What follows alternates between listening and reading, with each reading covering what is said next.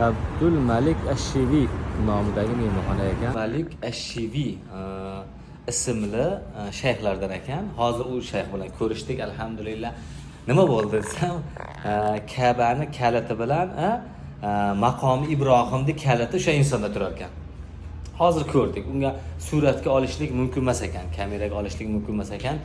Endi boshqacha taassurotda bo'lar ekanda, nimasini kalitini ko'rganingizdan keyin hozir Ka'bada ozgina ta'mirlash ishlari bo'lib turganligi uchun hozir o'sha odam olib ketyapti ekan Ka'baga qarab. Kalitda hamisha yonida olib yurar ekan. Hech kimga ishonmaydi ekan. Hech kimga. Umuman suratga olish, videoga olish mumkin emas ekan. Mashalloh, Alloh nasib qildi shu Ka'bani kalitini ko'rishlikka.